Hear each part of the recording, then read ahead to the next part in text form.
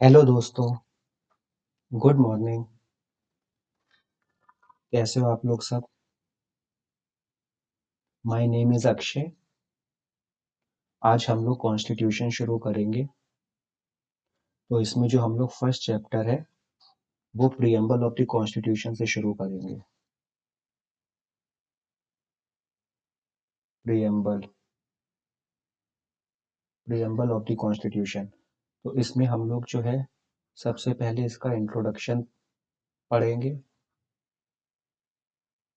फिर हम लोग प्रीएम्बल का टेक्स्ट देखेंगे कि प्रीएम्बल में क्या लिखा हुआ है। फिर हम लोग प्रीएम्बल के टेक्स्ट में जो कॉम्पोनेंट्स हैं वो पढ़ेंगे।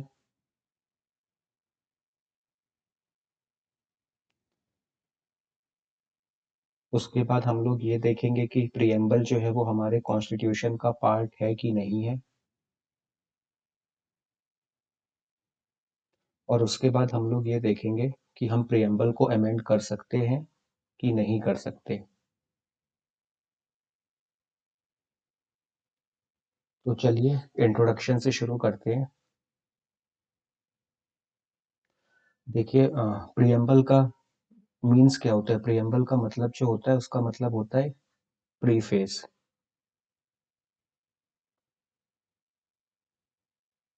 कोई भी डॉक्यूमेंट्स है कोई भी डॉक्यूमेंट है तो उसका जो फर्स्ट पेज है वो इसका प्रीफेस होता है। तो जो हमारा प्रीएम्बल है वो हमारे कॉन्स्टिट्यूशन का प्रीफेस है। उसमें कॉन्स्टिट्यूशन के ऑब्जेक्टिव्स बताए गए हैं कि हमारा जो कॉन्स्टिट्यूशन है वो किन ऑब्जेक्टिव्स को अचीव करेगा।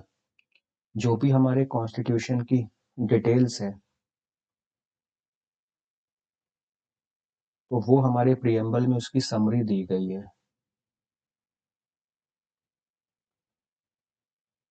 या फिर आप ये भी कह सकते हैं जो प्रीएम्बल है वो हमारे कॉन्स्टिट्यूशन का एक्सेंस है। Essence of our constitution is preamble. अब देखिए, जो कॉन्स्टिट्यूएंट असेंबली में जो कॉन्स्टिट्यूएंट मेंबर्स थे, जैसे एन ए पालखी वाला जी जो थे, उन्होंने उन्होंने प्रीएम्बल को आइडेंटिटी कार्ड भी कहा था। Identity card.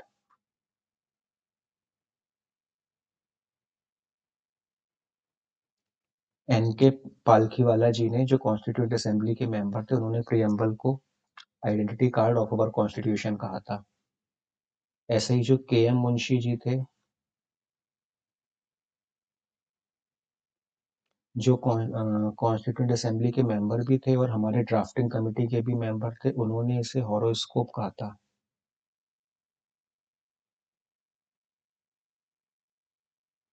Horoscope of our Republic.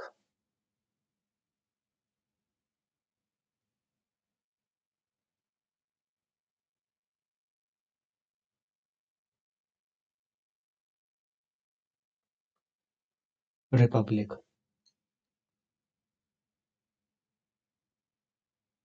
ये जो हमारा प्रीएम्बल है इसमें जो हम लोगों के फाउंडिंग फादर्स थे जो कॉन्स्टिट्यूशन के, उन लोगों के ड्रीम्स, एस्पिरेशन, नोबल विजन, ये उनको रिफ्लेक्ट करता है जो हमारा प्रीएम्बल है। और जो हमारा प्रीएम्बल है ये जवाहरलाल नेहरू जी ने ऑब्जेक्टिव रेजोल्यूशन जो लाए थे उस पे बेस है।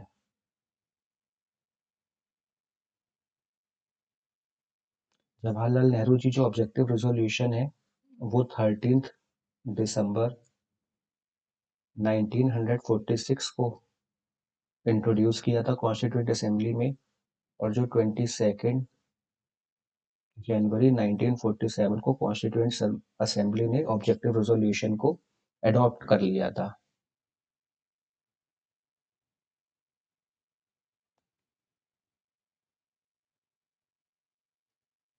तो हमारा प्रीएम्बल है ये ऑब्जेक्टिव रेजोल्यूशन का जो टेक्स्ट है उसी पे बेस है।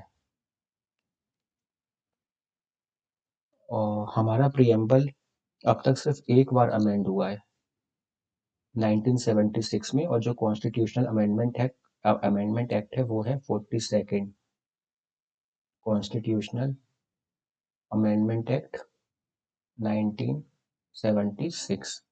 तो हमारा प्रियम्बल अब तक सिर्फ एक ही बार अमेंड हुआ है, और उस अमेंडमेंट में हमारे प्रियम्बल में 3 वर्ड्स ऐड किए गए हैं।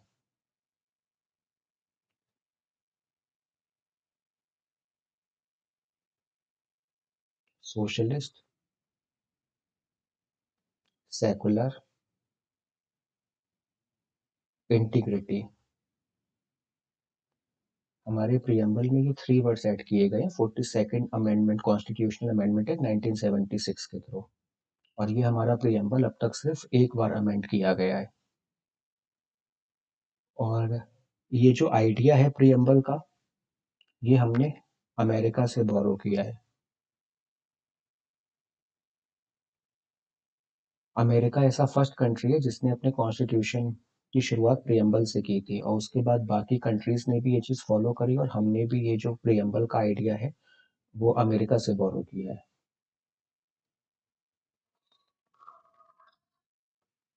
चलिए प्रियम्बल का टेक्स्ट देखते हैं। Text of the preamble.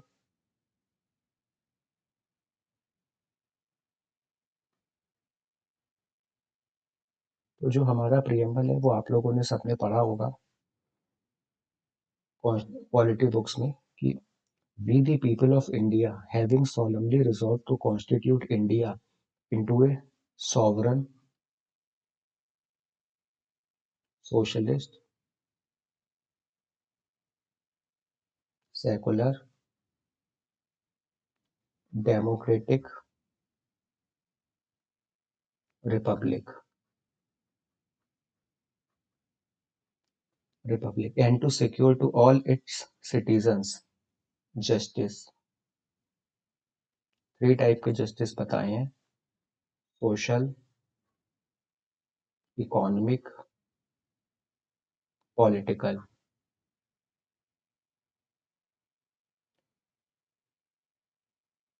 Liberty 5 types की बताई हैं: liberty of thoughts, expression, belief, faith and worship. ये 5 टाइप की लिबर्टीज बताई गई हैं। इक्वलिटी 2 टाइप्स की बताई हैं: equality of opportunity and status. Fraternity means brotherhood. Fraternity, dignity of the individual.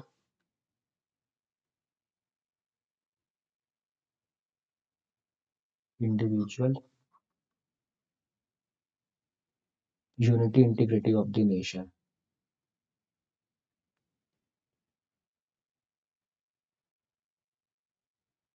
Integrity of the nation. In our Constituent Assembly this 26 November 1949,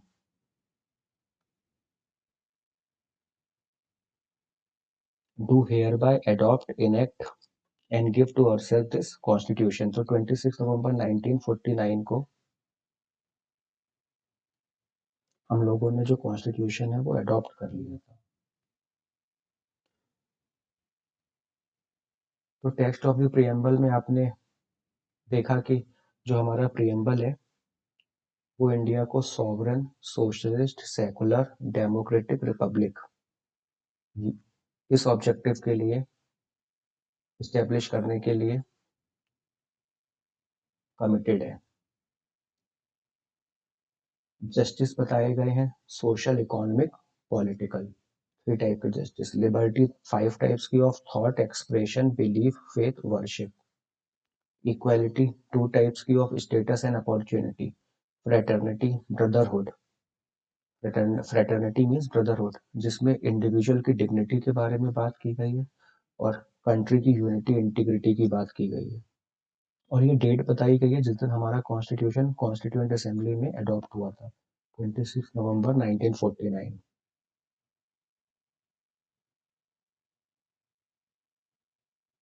चलिए अब कॉन्स्टिट्यूशन के कंपोनेंट्स देखते हैं। Components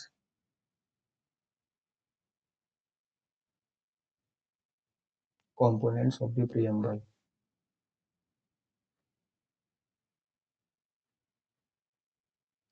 components of the preamble. तो इसमें 4 कंपोनेंट्स हैं।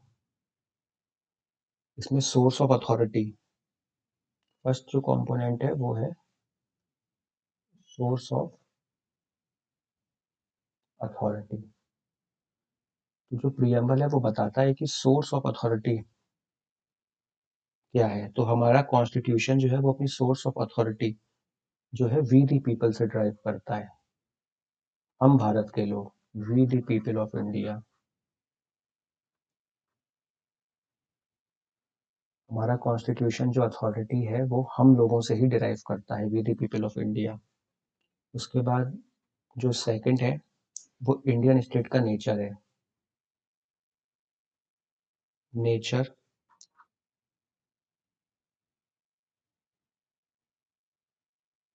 Sorry nature of the Indian state. तो जो नेचर है वो India to be a sovereign, socialist, secular, democratic Republic. ये हम लोगों का इंडियन कॉन्स्टिट्यूशन, इंडियन स्टेट का नेचर बताया गया है। और ऑब्जेक्टिव क्या है?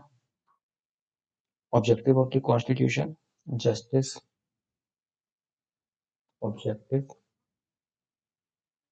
Objective of the constitution justice. जो मैंने आपको पहले बताया 3 टाइप्स के होते हैं, सोशल, इकोनॉमिक, पॉलिटिकल। लिबर्टी जो 5 टाइप्स की होती हैं, thought, expression, belief, faith, worship. Equality 2 types की of status and opportunity.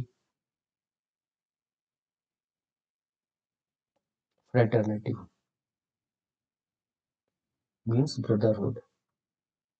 Dignity of the individual and unity integrity of the nation.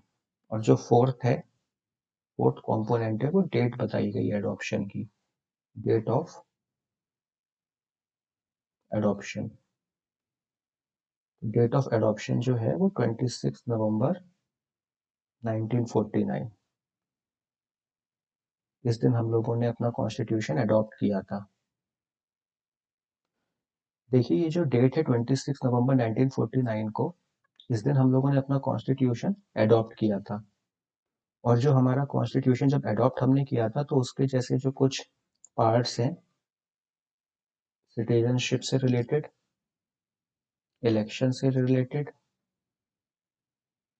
और भी हैं एक्सेट्रा, वो सब 26 नवंबर 1949 से ही इम्प्लीमेंट हो गए थे। लेकिन जो हमारे कॉन्स्टिट्यूशन के मेजर पोर्शन है, जो मेजर पार्ट है वो 26 जनवरी 1950 से इम्प्लीमेंट हुआ था, फुली इम्प्लीमेंटेड। तो 26 जनवरी 1950 को हमारा कॉन्स्टिट्यूशन फुली इम्प्लीमेंट हो गया था। लेकिन जब 26 नवंबर 1949 को हमने अडॉप्ट किया था तो कुछ पार्ट जैसे सिटीजनशिप है, इलेक्शन है, एक्सेट्रा वो इम्प्लीमेंट हो गए थे। जो फुल कॉन्स्टिट्यूशन है वो 26 जनवरी 1950 से इम्प्लीमेंट हुआ था,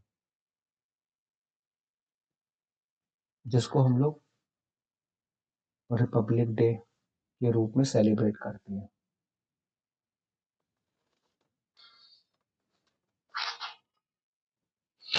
अब जो कॉन्स्टिट्यूशन के कीवर्ड्स हैं वो भी हम लोग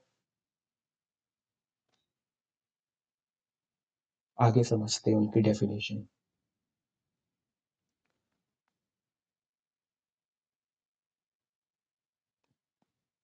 कीवर्ड्स कीवर्ड्स में देखिए जो पहला कीवर्ड है वो है सॉवरन।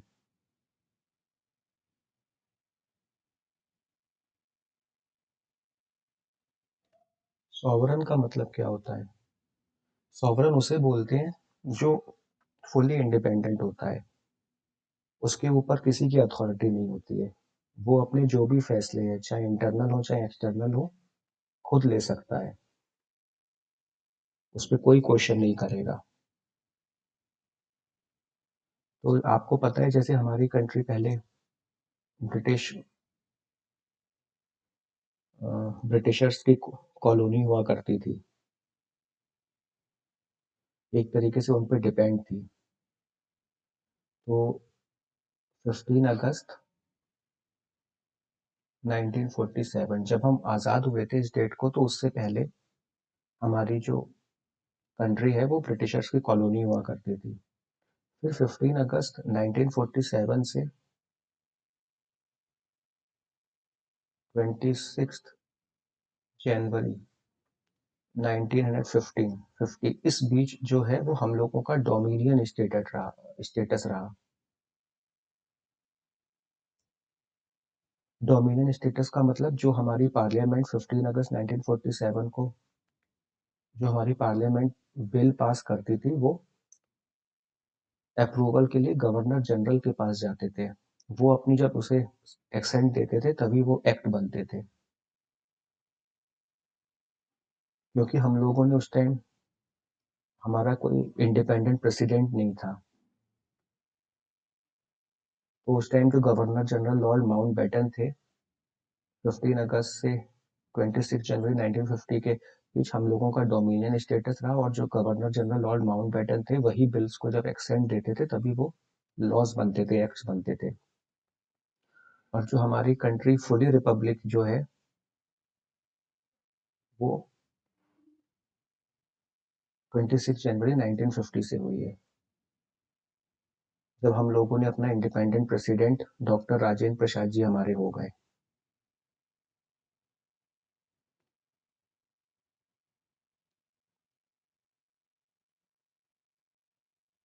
कुछ लोगों ने ये भी कहा कि इंडिया कॉमनवेल्थ गेम्स की मेंबर है या फिर यूएनओ की मेंबर है, तो और भी जो अदर इंस्टीट्यूशन है, international institution,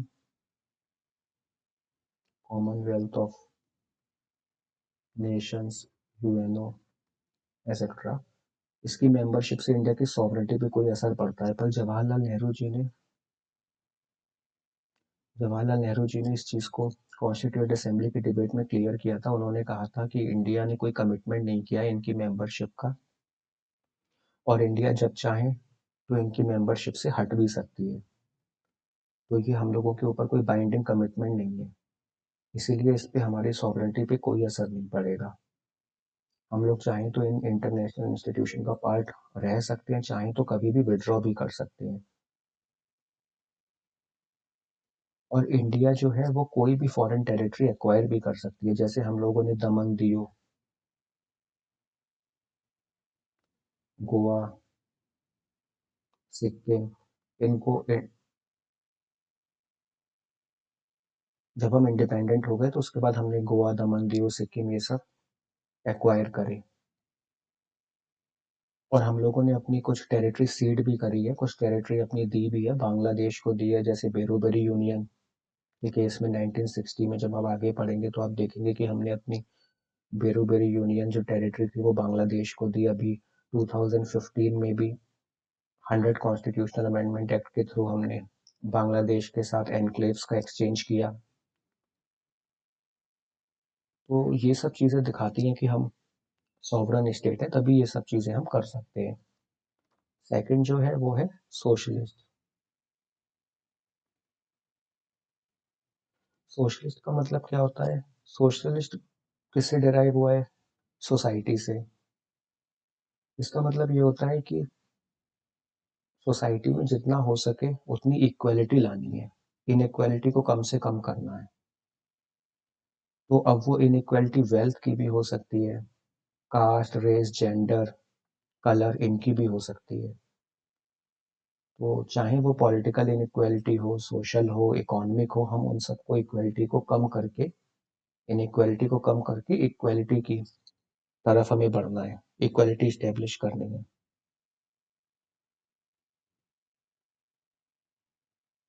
M aims to make people equal. इसमें जो means of production and distribution है वो गवर्नमेंट ओन करती है।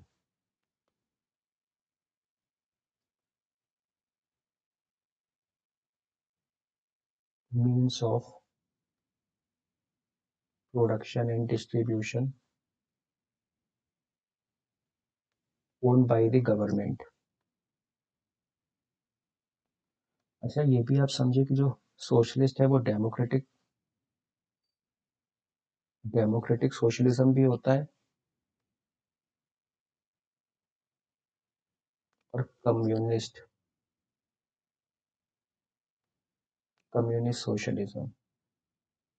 जो हम हमारी कंट्री इंडिया है, हम लोगों ने डेमोक्रेटिक सोशलिज्म अडॉप्ट किया है। इसका मतलब ये हुआ कि हम प्राइवेट सेक्टर को भी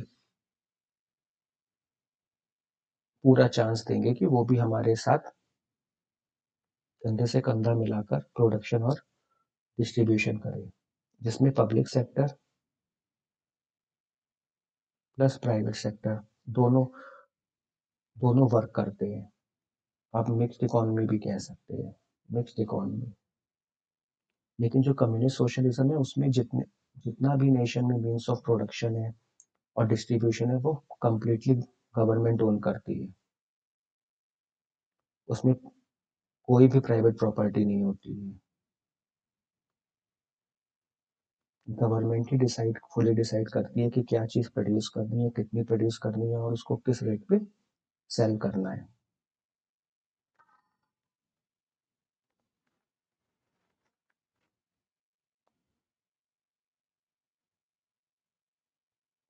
और जब आप आगे पढ़ चल के हम लोगों के directive principles of state policy पढ़ेंगे, सॉरी,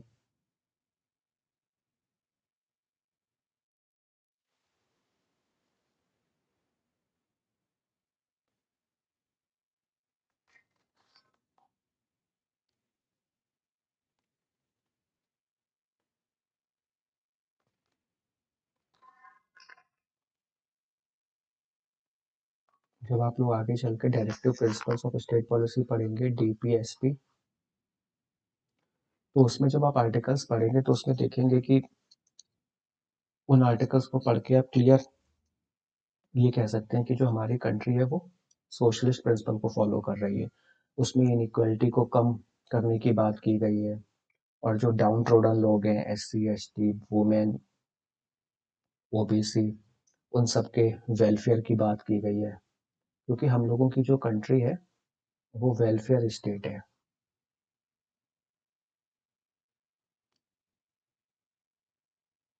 वेलफेयर स्टेट का मीन्स होता है जो भी हम लोगों के यहाँ डाउन ट्रोडन लोग हैं, जो वंचित वर्ग के लोग हैं, उन सब की हमें देखभाल करनी है, जितना हो सके इक्वलिटी लानी है। और जो टैक्स सिस्टम को ऐसा करना है कि बहुत ज़्यादा इकोनॉमिक इनइक्वालिटी ना हो, अमीर बहुत अमीर ना हो जाए, गरीब बहुत गरीब ना हो जाए। तो अमीरों पे ज़्यादा टैक्स लगता है, जिससे कि उनका टैक्स जब गवर्नमेंट कलेक्ट करती है तो वो वेलफेयर जैसे सब्सिडीज हो गई, स्कॉलरशिप हो गई, वो हम लोग ये जो डाउन ट्रोडन सेक्शन है इनके वेलफेयर के लिए यूज़ करते हैं। तो जब आप आगे DPSP पढ़ेंगे तो उसमें ऐसे ये सब आर्टिकल जब पढ़ेंगे तो उसमें आप क्लियरली देख सकेंगे कि हमारी कंट्री वेलफेयर स्टेट है, सोशलिज्म पे वर्क कर रही है।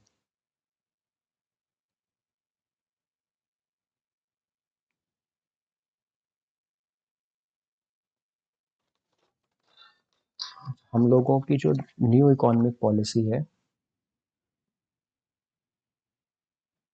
न्यू न्यू इकोनॉमिक पॉलिसी वो हम लोगों ने 1991 में अडॉप्ट की थी। New economic policy, PV Narasimha Rao की गवर्नमेंट थी कांग्रेस की, तो उस time Manmohan Singh ji finance minister थे, तो हम लोगों ने न्यू इकोनॉमिक पॉलिसी 1991 अडॉप्ट की थी, जिसे हम लोग एलपीजी रिफॉर्म्स भी बोलते हैं।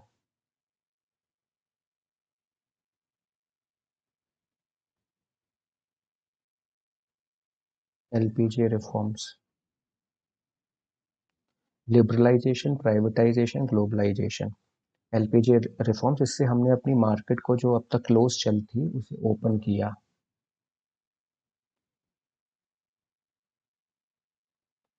इससे जो फॉरेन्स की भी जो कंपनीज थी, इंडस्ट्रीज थी, उन्होंने भी अपने प्लांट इंडिया में सेटअप करने शुरू कर दिए। हमने फॉरेन कंपनियों के लिए भी अपना मार्केट ओपन कर दिया, और जिससे डोमेस्टिक कंपनीज और फॉरेन कंपनीज में कंपटीशन बढ़ा। उससे हम कंज्यूमर्स को फ़ायदा हुआ, हम लोगों को कम पैसे में अच्छे प्रोडक्ट्स मिलने लगे। किसी भी एक कंपनी की मोनोपोली ख़त्म हो गई, और उन सब में ये फील आया कि हमें अच्छे से अच्छा करना है, अच्छे से अच्छा प्रोडक्ट देना है। तो ये आप आगे पढ़ेंगे डिटेल में न्यू इकोनॉमिक पॉलिसी 1991 के बारे में भी। इस पॉलिसी के थ्रू जो हमारा सोशलिज्म है वो थोड़ा डाइल्यूट हुआ। हम लोगों के सोशलिज्म के जो प्रिंसिपल हैं उसमें थोड़ा सा डाइल्यूशन देखने को मिला इस इकोनॉमिक पॉलिसी 1991 के थ्रू। जो क्रिटिक्स हैं उन्होंने ये बात बोली है। नेक्स्ट देखते हैं, नेक्स्ट टर्म जो है वो है सेकुलर। देखिए, सेकुलर का मतलब होता है जो किसी भी रिलीजन को फॉलो ना करे। तो India does not uphold any particular religion as the state religion. हम लोगों का कोई स्टेट रिलीजन नहीं है, no state religion.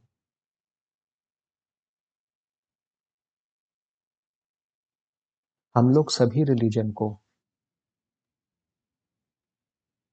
Equal status और सपोर्ट देते हैं।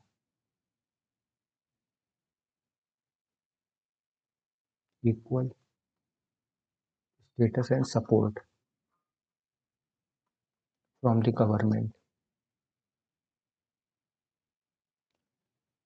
हम लोगों का कोई स्टेट रिलीजन नहीं है, इसका मतलब ये नहीं है कि हम लोग इररिलीजियस हैं या फिर एंटी रिलीजियस हैं। इसका मतलब ये है कि हम सभी रिलीजन को इक्वल स्टेटस सपोर्ट देते हैं, सबको इक्वल फ्रीडम देते हैं कि वो अपनी रिलीजियस एक्टिविटीज कैरी ऑन करें।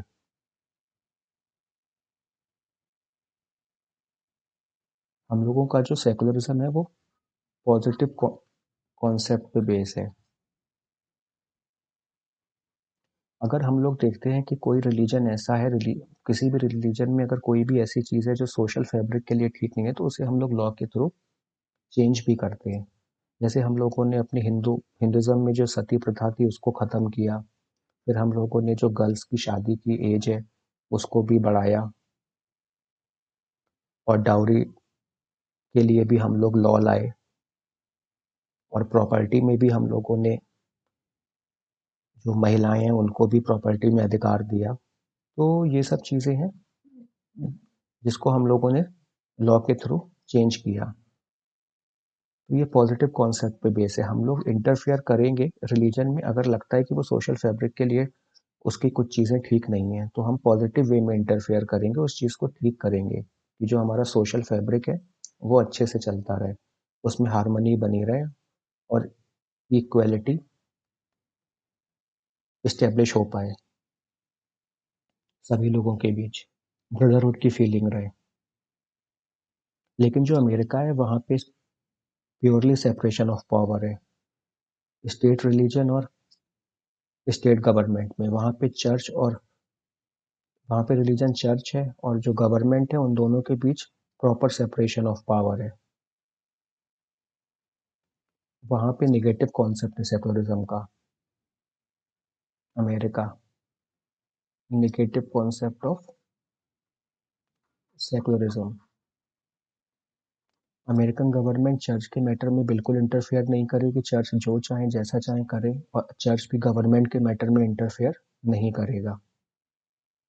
ये नेगेटिव कॉन्सेप्ट है सेक्युलरिज्म का, हम लोगों के पॉजिटिव कॉन्सेप्ट है सेक्युलरिज्म का।